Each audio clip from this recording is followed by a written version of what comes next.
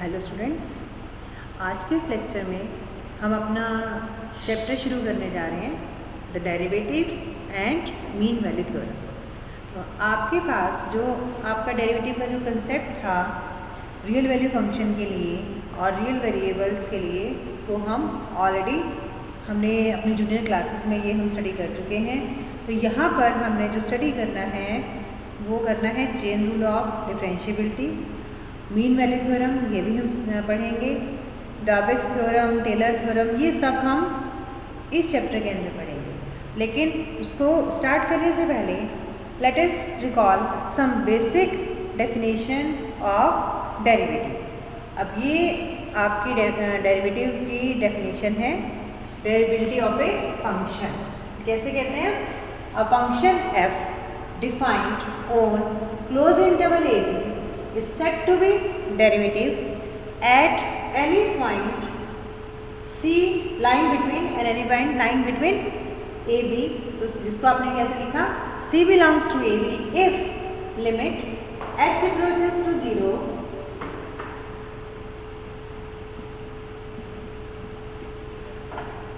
f of c plus h minus f of c upon h। अगर आप इसको limit को निकालते हैं तो वो लिमिट आपकी क्या करनी चाहिए, एग्जिस्ट करनी चाहिए। तो ये डेफिनेशन आपने शायद 12th में पढ़ रखी है, नहीं तो अगर नहीं पढ़ी है तो एक बार इसको दोबारा अच्छे से देख कर लो, क्योंकि इसका हमने यहाँ पर यूज़ करना है और आपको ये क्लियर होनी चाहिए। अब इसके बाद है, ये तो हमने क्या किया, डेरिवेबिलिटी आपने निकाली है at any point, C point पे हमने डेरिवेबिलिटी निकाली है। अगर हम ये कहें हमें क्या निकालना है, डेरिवेबिलिटी इन एन इंटरवल, तो उस केस में हम क्या कहेंगे कि अगर आपके पास किसी इंटरवल में, मान लीजिए इंटरवल आपको दे रखा है, क्लोज इंटरवल ए बी है, ठीक है, इस पर आपको बताना है कि आपका जो फंक्शन है वो डेरिवेबल है या नहीं। तो कैसे कहेंगे कि the function is derivable on the close interval A B, close interval A B is if it is derivable at each point of the open interval a b, मतलब each point of the open interval a b। अभी यहाँ पे ये glucose है, ये मैंने लिखा है ओपन, इसके हर पॉइंट पे वो क्या होना चाहिए, डेरिवेबल होना चाहिए, जितने भी पॉइंट लाई कर रहे हैं। दूसरा, अब इसमें दो पॉइंट रह गए, एक पॉइंट रह गया ए और एक पॉइंट रह गया बी। जो आपका जो ए पॉइंट है, जब आप डेरिवेबिलिटी की बात करते हैं तो आप लेफ्ट हैंड डेरिवेबिलिटी भी निकालते हैं और राइट हैंड भी निकालते हैं। अब ये अगर हम, ये आपका ए पॉइंट है, तो इधर से जो निकलेगी वो होगी लेफ्ट हैंड और उसके उधर साइड से क्या होगी, राइट हैंड डेरिवेबिलिटी। अब ए पॉइंट के लेफ्ट हैंड साइड में तो है ही नहीं हमारे पास, जो इंटरवल है वो इससे स्टार्ट हो रहा है, तो यानी कि ए पॉइंट के लिए क्या निकालेंगे हम, राइट हैंडेड डेरिवेबिलिटी। और जो आपका बी पॉइंट है, बी पॉइंट के राइट में कुछ नहीं है, बी पॉइंट है यहाँ से क्लोज हो रहा है, तो इसके लेफ्ट में ही है, राइट में तो कुछ नहीं है। इसका मतलब जो आपका बी पॉइंट है उसके लिए कौन सी निकलेंगी, लेफ्ट हैंडेड डेरिवेबिलिटी, और ए पॉइंट के लिए राइट हैंडेड डेरिवेबिलिटी। तो इसका मतलब हम क्या कहेंगे कि जो हमारा फंक्शन है वो एक इंटरवल पे कब डेरिवेबल होगा, if it is derivable at the open interval a b and it is derivable at a from the right and derivable at b from the left। अगर ये सारी कंडीशनें आपकी सेटिस्फाई हो जाती हैं, then our function is derivable on the entire interval। Next है, What is the relation between continuity and derivability? ठीक है, अगर आपके पास कोई फंक्शन डेरिवेबल है तो वो कॉन्टिन्यूस भी जरूर होगा। अगर कोई फंक्शन आपको किसी इंटरवल में डेरिवेबल दिया हुआ है तो वो कॉन्टिन्यूस भी जरूर होगा। बट ये जो इन्वर्स रिलेशन है that is not true. Means अगर कोई फंक्शन कॉन्टिन्यूस है तो ये जरूरी नहीं है कि आपका वो फंक्शन है वो डेरिवेबल भी हो। तो ये आपको अच्छे से पता होना चाहिए, याद होना चाहिए कि डेरिवेबिलिटी है अगर तो कॉन्टिन्यूटी जरूर होगी, लेकिन अगर कॉन्टिन्यूटी है तो हम ये नहीं कह सकते कि जो हमारा फंक्शन है वो डेरिवेबल भी होगा। नाउ नेक्स्ट है कि अगर आपके पास साइन ऑफ द डेरिवेटिव्स, यानी कि अगर आपने फंक्शन का डेरिवेटिव निकाला किसी पॉइंट पर, तो वहाँ से हम फंक्शन के बारे में क्या कह सकते हैं। ठीक है, तो अगर हमारे पास कोई फंक्शन, पहली बात तो क्लोज इंटरवल पर डिफाइन होना चाहिए, और हम एक सिंगल पॉइंट की बात कर रहे हैं जो इसके बीच में लाई कर रहा है, any point C belongs to between this interval, then उस पॉइंट पे एक तो डेरिवेटिव आपका एग्जिस्ट करना चाहिए। देन अगर फंक्शन का जो डेरिवेटिव है वो पॉजिटिव है, अगर फंक्शन का डेरिवेटिव पॉजिटिव है तो हमारा फंक्शन कैसा होता है, इंक्रीजिंग फंक्शन होता है। क्लियर, ये ध्यान से याद रखना है आपने। अगर डेरिवेटिव पॉजिटिव है, ग्रेटर देन 0 है, तो फंक्शन कैसा होता है, उस पॉइंट पर इंक्रीजिंग फंक्शन होता है। सेकेंड, अगर फंक्शन का जो डेरिवेटिव है वो लेस देन 0 है सी पॉइंट पर, तो हमारा फंक्शन कैसा होता है, डिक्रीजिंग होता है। ये दोनों रिजल्ट्स अगर आपको क्लियर हैं तो उसके बाद मैं अब आपको इससे नेक्स्ट डाबेक्स थ्योरम कराने जा रही हूँ। तो डाबेक्स थ्योरम में ये रिजल्ट हम यूज़ करेंगे, और अगर ये चीज़ क्लियर है आपको तो आपको बड़ी आसानी से समझ आ जाएगी। Now this is the definition of Darboux theorem. Darboux theorem क्या कहती है, if a function F defined on close interval A B such that, ठीक है, क्या आपके पास पहली बात जो आपका जो फंक्शन है वो क्लोज इंटरवल में डिफाइंड होना चाहिए, and then number 1 F is derivable on close interval A B, आपका फंक्शन डेरिवेबल होना चाहिए क्लोज इंटरवल पर, मतलब हर पॉइंट पर वो डेरिवेबल होना चाहिए, मीन्स हर पॉइंट पर उसका जो स्लोप है वो एग्जिस्ट करना चाहिए, and F dash A and F dash B are of opposite signs, इनके जो साइन है वो कैसे होने चाहिए, अपोजिट होने चाहिए।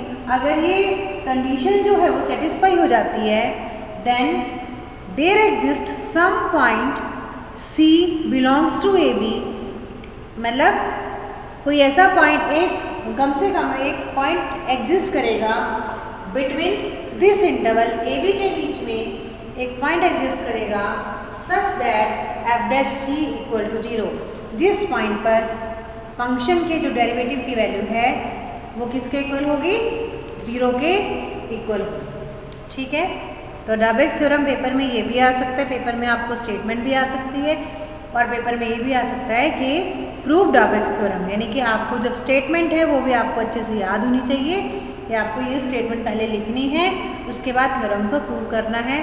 तो सिंपल स्टेटमेंट है कि अगर आपके पास फंक्शन क्लोज इंटरवल में डिफाइंड है, उस इंटरवल में डेरिवेबल भी है, और एफ डैश ए और एफ डैश बी दोनों अपोजिट साइन के हैं, तो वहाँ पर उस इंटरवल के बीच में एक पॉइंट एग्जिस्ट करेगा जिस पॉइंट पर फंक्शन के डेरिवेटिव की वैल्यू क्या होगी, 0। नाउ अब हमें क्या दिया हुआ है, स्टेटमेंट आपको याद है, आपको क्या दिया हुआ है, हमें क्या लेना है, हम इसको प्रूव कर रहे हैं, तो यानी कि जो आपकी कंडीशंस है वो एग्जिस्ट कर रही हैं, हम ये लेके चल रहे हैं। हमारे पास ये दिया हुआ है कि एफ डैश ए और एफ डैश बी दोनों अपोजिट साइन के हैं, यानी कि एक पॉजिटिव और एक नेगेटिव है। अब आप ये हमने सपोज कर लिया, मान लीजिए आपका एफ डैश ए पॉजिटिव है और एफ डैश बी नेगेटिव है, आप जैसे मर्जी लेके चलो, बेशक आप इसे नेगेटिव ले लो, इसे पॉजिटिव ले लो, आप उसके अकॉर्डिंग कर लेंगे, तो ऐसे जैसे भी आप ले सकते हो। तो आपने एफ डैश ए पॉजिटिव ले लिया और एफ डैश बी नेगेटिव ले लिया।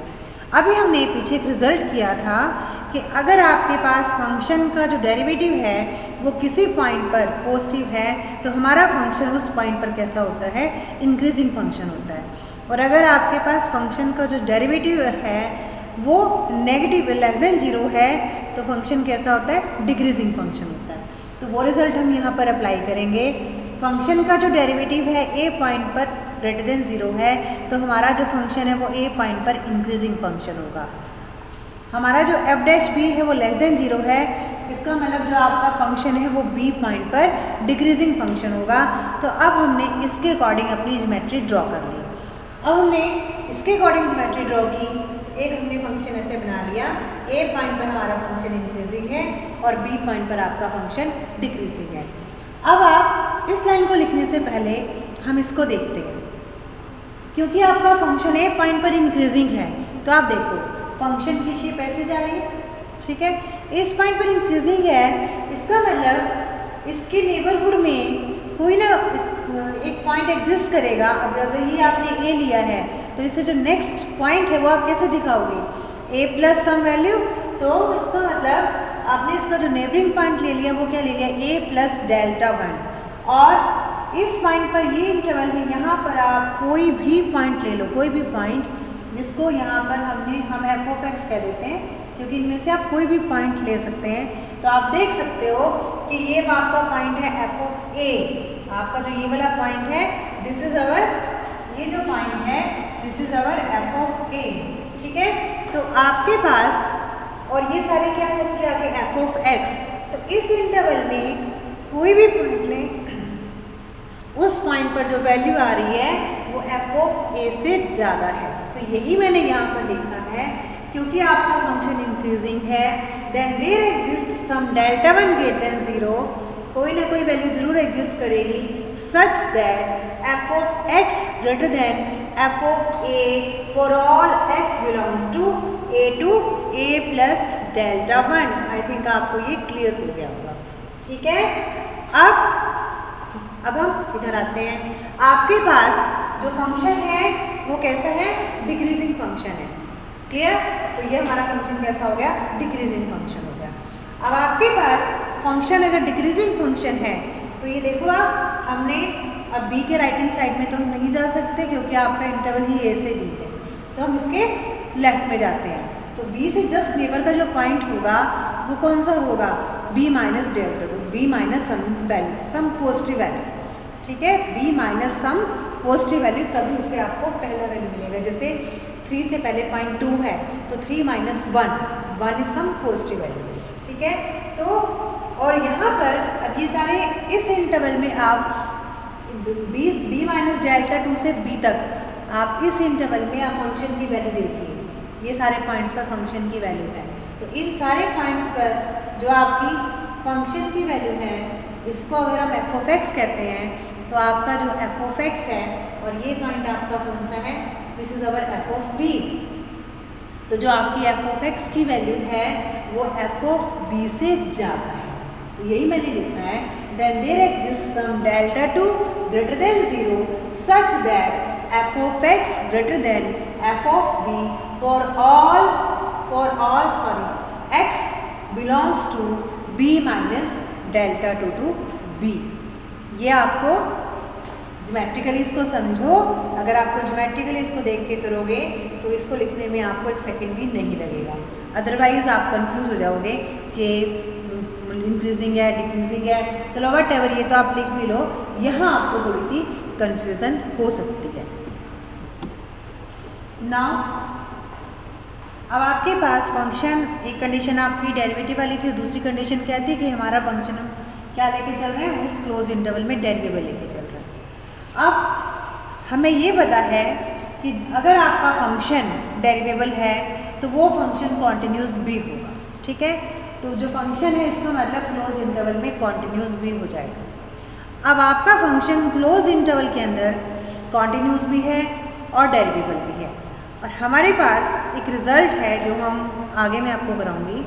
वो रिज़ल्ट ये है, every function defined and continuous on A close interval, every function defined and continuous on A close interval is bounded in that interval, कि वो फंक्शन उसी इंटरवल में बाउंडेड भी होता है and attains it's bound in that interval, और उसके जो बाउंड्स हैं वो भी उसी इंटरवल में एग्जिस्ट करते हैं।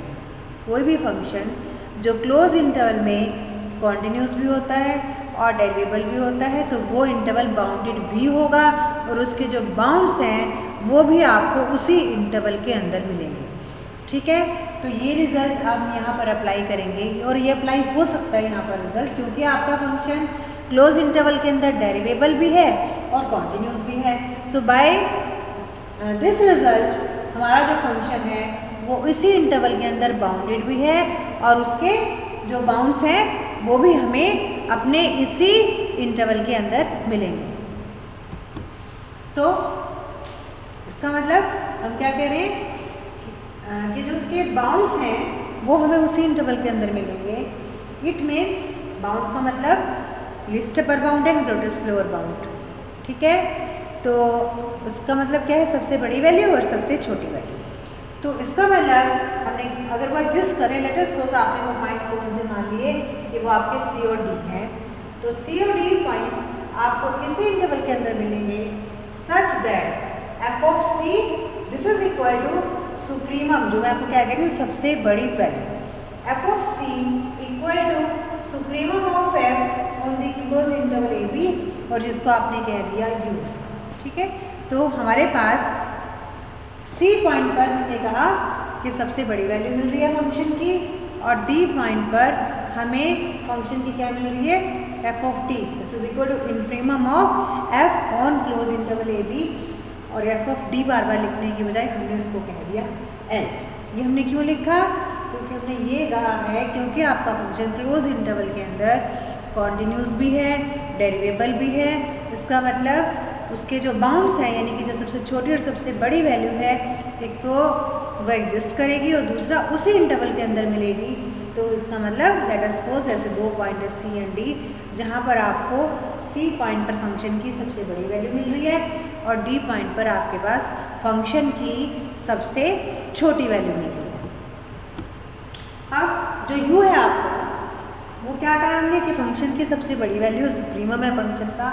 अब अगर वो फंक्शन का सुप्रीमम है, इसका मतलब आप उस पूरे कर्व में कहीं पर भी वैल्यू निकाल लो, वो आपकी यू से ज़्यादा नहीं हो सकती, यू से बड़ी नहीं हो सकती।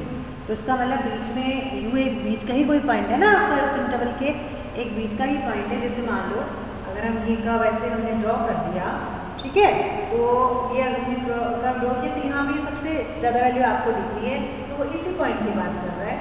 ये पॉइंट आपका सी हो गया और ये आपके फंक्शन की वैल्यू है, ये आपकी यू हो गई। तो आप कहीं भी देख लो, ये सारा क्या है आपका, यहाँ से लेके यहाँ तक ये आपका एफ ऑफ एक्स है। तो आप किसी भी एफ ऑफ एक्सिस को कंपेरिजन कर लो, जो आपका यू है वो सबसे बड़ी वैल्यू है। एक सिर्फ ये कह सकते हो कि इस पॉइंट पर ये भी तो एफ ऑफ एक्स ही है, यहाँ पे एक्स इक्वल टू यू है, तो यहाँ पर एफ ऑफ एक्स की वैल्यू यू है।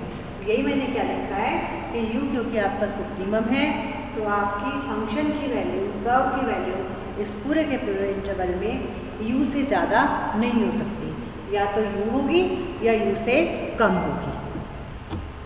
अब हम ये प्रूव करना चाहते हैं कि ये जो सबसे बड़ी वैल्यू आई है ना हमारे पास सी पॉइंट, जो आप सी पॉइंट आपका एफ ऑफ सी पर यू इक्वल टू आपने यू लिया, कि ये जो सी पॉइंट है ये ना तो ए के इक्वल है और ना तो बी के इक्वल है, ये हमें प्रूव करना है, ठीक है। तो हम क्या करते हैं, इसको हम एज ए कॉन्ट्राडिक्शन प्रूव करते हैं। हम इसको इक्वल लेके चलते हैं कि अगर ये इक्वल होगा तो क्या हो जाएगा, उससे ही हो सकता है कोई रिजल्ट आए। तो हम let us take C equal to A। अब let if possible C equal to A, अगर पॉसिबल है, अगर C इक्वल टू A के है, अगर C और A दोनों बराबर हैं तो एफ ऑफ ए और एफ ऑफ सी भी इक्वल होंगे। और एफ ऑफ सी किसके इक्वल है, बाय थर्ड एफ ऑफ सी किसके इक्वल है, यू के। तो जो हमारा एफ ऑफ ए है वो किसके इक्वल हो जाएगा, यू के इक्वल हो जाएगा, ठीक है। तो अगर सी इक्वल टू ए है then F of a equal to you.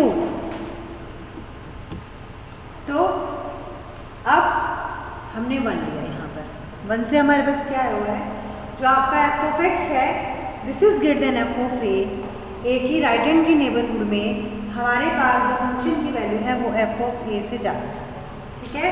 जो हमारा एफ ऑफ एक्स है वो एफ ऑफ ए से ज़्यादा है और एफ ऑफ ए किसके इक्वल है, यू के। तो हमारा जो एफ ऑफ एक्स है वो यू से ज़्यादा हो गया, कहाँ पर, ए की राइट हैंड साइड की नेबरहुड में। ध्यान से सुनो, अगर हम सी इक्वल टू ए लेते हैं तो आपके पास ए के राइट हैंड साइड की जो वैल्यूज़ पड़ी हैं, ए के जस्ट राइट हैंड साइड जो पड़ा है आपके पास, वहाँ पर फंक्शन की वैल्यू यू से ज़्यादा है। ऐसा तो पॉसिबल ही नहीं है ना, क्योंकि ये तो कॉन्ट्राडिक्शन होगी नंबर 5 की। और वैसे भी यू सबसे बड़ी वैल्यू है, कहीं भी किसी भी इंटरवल में पूरे के पूरे फंक्शन में यू से वैल्यू ज़्यादा नहीं हो सकती। तो ये क्या हो गई, ये हमारी हो गई contradiction. So this is our contradiction to statement 5। सो अब सेकेंड पॉइंट कि अगर सी के इक्वल नहीं है तो हो सकता है सी बी के इक्वल हो जाए। तो अगर सी बी के इक्वल है तो again F of C equal to F of B and this is equal to F of B equal to F of C and F of C तो यू के इक्वल पड़ा है। तो आपका जो यहाँ पर आ गया कि आपका जो एफ ऑफ बी है this is equal to u. अब आपके पास एफ ऑफ बी यू के इक्वल है तो अगेन यूजिंग सेकेंड रिलेशन हमारे पास बी के लेफ्ट नेबरहुड में जो वैल्यूज़ हैं वो बी से ज़्यादा है, थोड़ी सी ज़्यादा वैल्यू है। तो आपके पास बी के लेफ्ट एफ ऑफ एक्स जो है वो एफ ऑफ बी से ज़्यादा है बी के लेफ्ट हैंड साइड की नेबरहुड में। तो इसका मतलब इस रिलेशन को अगर हम यूज़ करते हैं तो जो हमारा एफ ऑफ एक्स है वो ग्रेटर देन यू हो जाएगा। कहाँ पर, बी की लेफ्ट नेबरहुड में। ये तो फिर कॉन्ट्राडिक्शन हो गई क्योंकि यू से ज़्यादा कहीं भी फंक्शन की वैल्यू नहीं है। तो this is again contradiction to 5। ठीक है, तो इसका मतलब आप जो दोनों चीज़ें लेके चल रहे थे, सी ना तो ए के इक्वल है और ना ही बी के इक्वल है। So C not equal to A and not equal to B. C ना तो ए के इक्वल है और ना ही बी के इक्वल है। ठीक है, अब ये तो हमने प्रूव कर दिया। अब हमें, क्योंकि हमें ये प्रूव करना था, हमारी जो थ्योरम थी, थ्योरम की स्टेटमेंट अगर ध्यान हो आपको तो हमारी स्टेटमेंट क्या थी कि there exist some point C belongs to open interval A b, कि जो हमारा जो पॉइंट है वो उस इंटरवल के बीच में लाई करेगा जहाँ पर फंक्शन के डेरिवेटिव की वैल्यू 0 होगी। अब आपने एक पॉइंट प्रूव कर दिया कि आपका जो सी पॉइंट आया ना तो वो ए है और ना ही वो बी है, यानी कि आप जो पॉइंट लेके चल रहे हो वो पॉइंट उस इंटरवल के बीच का पॉइंट है। ठीक है, तो बस उसमें अब एक पार्ट कौन सा प्रूव करना रह गया है कि उस पॉइंट पर एफ डैश सी पर फंक्शन के जो डेरिवेटिव की वैल्यू है f dash C equal to 0। So let us, अब हम इससे आगे इसको प्रूव करते हैं। सो अब हमें क्या प्रूव कर रहे हैं कि जो हमारा एफ डैश सी है वो इक्वल टू 0 है। तो यहाँ पर भी हम कॉन्ट्राडिक्शन लेके चलते हैं कि मान लीजिए आपका एफ डैश सी अगर 0 नहीं है, अगर वो 0 नहीं है तो या तो वो ग्रेटर देन 0 होगा और या फिर वो लेस देन 0 होगा। ठीक है, अब अगर आपके पास फंक्शन ग्रेटर देन 0 है तो फिर वो एक ही रिजल्ट आपने यूज़ किया है यहाँ पे कि फंक्शन अगर आपका ग्रेटर देन 0 है तो फंक्शन कैसा है, सी पॉइंट पर इंक्रीजिंग फंक्शन है। और अगर आपके पास, अब मुझे ये पॉइंट समझाने की जरूरत नहीं है, अगर पॉइंट सी पॉइंट पर इंक्रीजिंग फंक्शन है, अगर सी पॉइंट पर इंक्रीजिंग फंक्शन है तो उसके नेबरहुड में, यानी कि डेल्टा 3 उसने कह दिया, सी से सी प्लस डेल्टा 3, उसके जस्ट राइट नेबरहुड में जितनी भी वैल्यूज होंगी वो सारी सी से ज़्यादा होंगी। So F of X greater than F of C for all X belongs to C to C plus delta 3। और एफ ऑफ सी किसके इक्वल है, यू के। तो जो हमारा एफ ऑफ एक्स है वो क्या हो गया, ग्रेटर देन यू हो गया सी के राइट हैंड साइड के नेबरहुड में। क्या ऐसा पॉसिबल है? क्या पूरे इंटरवल में कहीं फंक्शन की वैल्यू यू से ज़्यादा है? No. So this is again a contradiction. तो यानी कि फंक्शन का जो डेरिवेटिव है वो ग्रेटर देन 0 नहीं हो सकता सी पॉइंट पर। अब इधर आते हैं, आपके पास अगर नेगेटिव है, पॉजिटिव नहीं है तो नेगेटिव होगा। अगर फंक्शन का डेरिवेटिव नेगेटिव है तो फंक्शन कैसा हो जाएगा, डिक्रीजिंग हो जाएगा। अब अगर फंक्शन डिक्रीजिंग हो जाएगा, फंक्शन आपका ऐसे अगर डिक्रीजिंग हो गया तो इसका मतलब सी के जो राइट हैंड साइड की वैल्यू है वो ज़्यादा बड़ी होंगी। तो इसका मतलब लेफ्ट हैंड साइड की वैल्यू ज़्यादा बड़ी होंगी। सो C minus there exists some delta for greater than 0 such that f of x greater than f of c for all x belongs to C minus delta 4 to C। वही देखा ना मैंने, देखो उसके लेफ्ट हैंड साइड से सी तक की value इस इंटरवल में फंक्शन की वैल्यू क्या है, सी से ज़्यादा है। ठीक है, यानी कि जो आपका एफ ऑफ एक्स है वो यू से बड़ा हो गया, तो ये भी गलत है। सी के लेफ्ट हैंड साइड में वैल्यू यू से ज़्यादा पड़ी है अगर आपका फंक्शन सी पॉइंट पर डेरिवेटिव जो है वो लेस देन 0 है, नॉट पॉसिबल। अगर डेरिवेटिव ग्रेटर देन 0 है तो क्या हो गया, सी के जस्ट राइट हैंड साइड में वैल्यू फंक्शन की ज़्यादा है यू से, वो भी पॉसिबल नहीं है।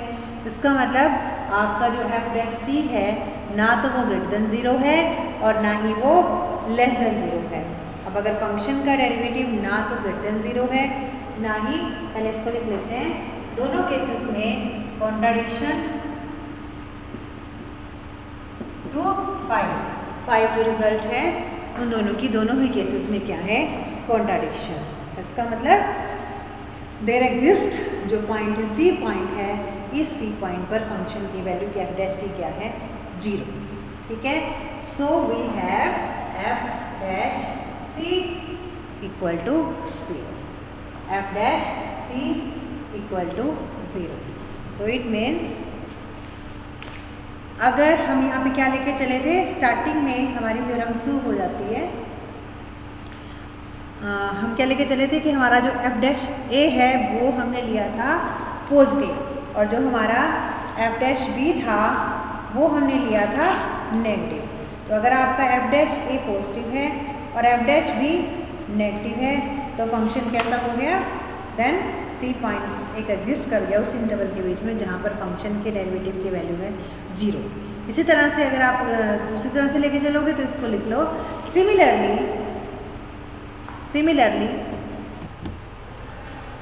we can prove that f dash c equal to 0 for some c belongs to ab, for f dash a less than 0 and f dash b greater than 0। ठीक है, तो यहाँ से हमारी थ्योरम प्रूव हो गई। अब अगर आप इस थ्योरम को रिकॉल करते हैं तो ये थ्योरम अभी आपको ये लग रहा होगा कि बहुत मुश्किल है, बट ये बहुत आसान है। आपको क्या पता होना चाहिए, एक तो आपको ये पता होना चाहिए कि अगर फंक्शन का डेरिवेटिव किसी पॉइंट पर ग्रेटर देन 0 है तो फंक्शन कैसा होता है, इंक्रीजिंग। अगर लेस देन 0 है तो फंक्शन कैसा होता है, डिक्रीजिंग। अब आपको दो ही चीज़ें दे रखी हैं कि आपका फंक्शन क्लोज इंटरवल के अंदर डेरिवेबल है। अब अगर आपका फंक्शन क्लोज इंटरवल में डेरिवेबल है तो वो कॉन्टिन्यूस भी है, यानी कि आपके पास क्या क्या चीज़ें हैं कि फंक्शन डेरिवेबल है, कॉन्टिन्यूस है और जो डेरिवेटिव्स हैं और अपोजिट साइन के हैं। Then there exist some point C belongs to between that interval such that F dash C equal to 0। Next lecture में, नेक्स्ट वीडियो में हम इससे रिलेटेड क्वेश्चंस को अपने करेंगे।